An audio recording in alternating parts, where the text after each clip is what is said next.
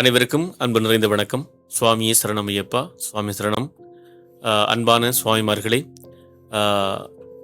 வடக்கு மாகாண சபரிமலை யாத்திரைகள் இணையத்தினுடைய ஊடக பேச்சாளர் நான் உங்கள் அன்பின் சாந்தன்.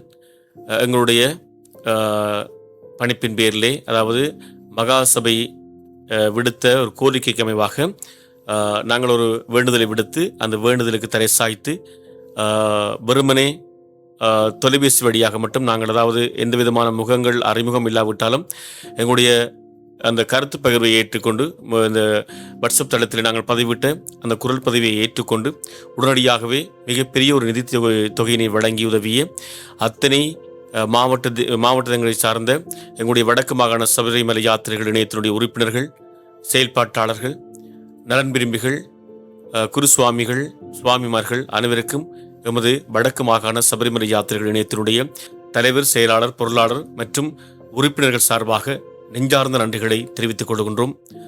குறிப்பாக உங்களுக்கு தெரியும், தென்னிலங்கையில் நடைபெற்ற ஒரு சபரிமலை யாத்திரைக்கு சென்ற பொழுது அமரத்துவம் அடைந்த ஐயனடிகளை அடிபணிந்த சுப்பிரமணியம் அர்ச்சுனன் சுவாமி அவர்களுடைய இறப்பு செய்தி கேட்டு அவசர நிதி சேர்ப்பு நடைபெற்ற பொழுது எல்லோரும் கரம் கோர்த்து இருக்கின்ற நிதிகளை உடனடியாக விரைந்து செயலாற்றி ஒட்டுமொத்தமாக சுமார் 5,23,900 ரூபாய் நிதி இங்கே எம்மால் ஒருங்கிணைக்கப்பட்ட சேவையின் அடிப்படையிலே சேமிக்கப்பட்டு இந்த நிதி அப்படியே சேர்க்கப்பட்டு மகாசபையினுடைய ஸ்தாபகர் அவர்களுடைய கரங்களிலே ஒப்படைக்கப்பட்டது. அதனுடைய புகைப்பட பதிவுகள் இங்கே பதிவிடப்பட்டன நமது தளத்திலே. ஆகவே இருந்தாலும் எங்களுடைய மனமும் இந்த சேவையினை வழங்கிய அத்தனை சுவாமிமார்களுக்கும் நமது நெஞ்சார்ந்த நன்றிகளை தெரிவிப்பதோடு, குறிப்பாக வடக்கு கிழக்கு மாகாணங்களை பொறுத்தவரைக்கும் இந்த யுத்த அனர்த்தங்களால் பாதிக்கப்பட்ட ஏராளமான எங்களுடைய ஐயப்ப சுவாமிமார்கள் இன்றும் வாழ்வியல் மாற்றங்களுக்காக, வாழ்வாதார முயற்சிகளுக்காக இயங்கிக் கொண்டிருப்பது நாங்கள் அறிந்த விடயம். அது மட்டுமில்லாமல் நிறைய மரண நிகழ்வுகள் நடந்திருக்கின்றன. மருத்துவ தேவைக்காக உதவி கோரல்கள் எங்களுக்கு வந்திருக்கின்றன.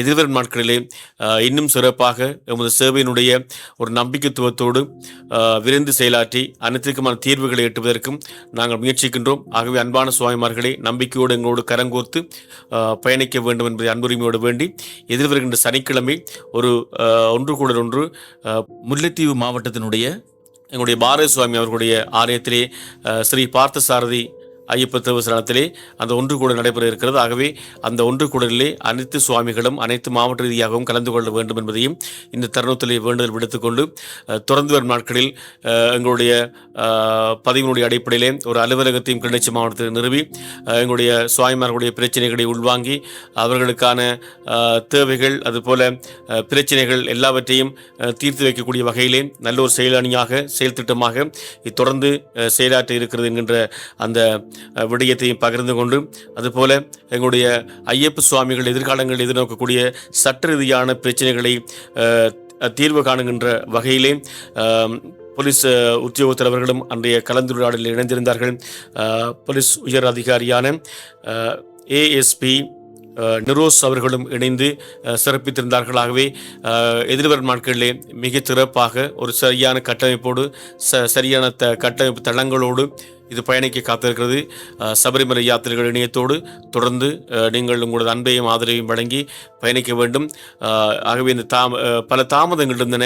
உங்களுக்கு தெரியும், ஒருவரை நாங்கள் ஒரு கூட்டு முயற்சியாக சென்று தென்னிலங்கையிலே இந்த சபையை மகாசபையினுடைய ஸ்தாபகர் அவர்களை சந்திப்பதில் எமக்கு தாமதங்கள் இருந்தன. அது நீங்கள் அறிந்த விடயமாக இருக்கும். தொடர் இங்கே சரண நிகழ்வுகள் இடம்பெற்றன, மரண நிகழ்வுகள் இடம்பெற்றன. அதில் கலந்து கொள்ள வேண்டிய தேவை இருந்தது.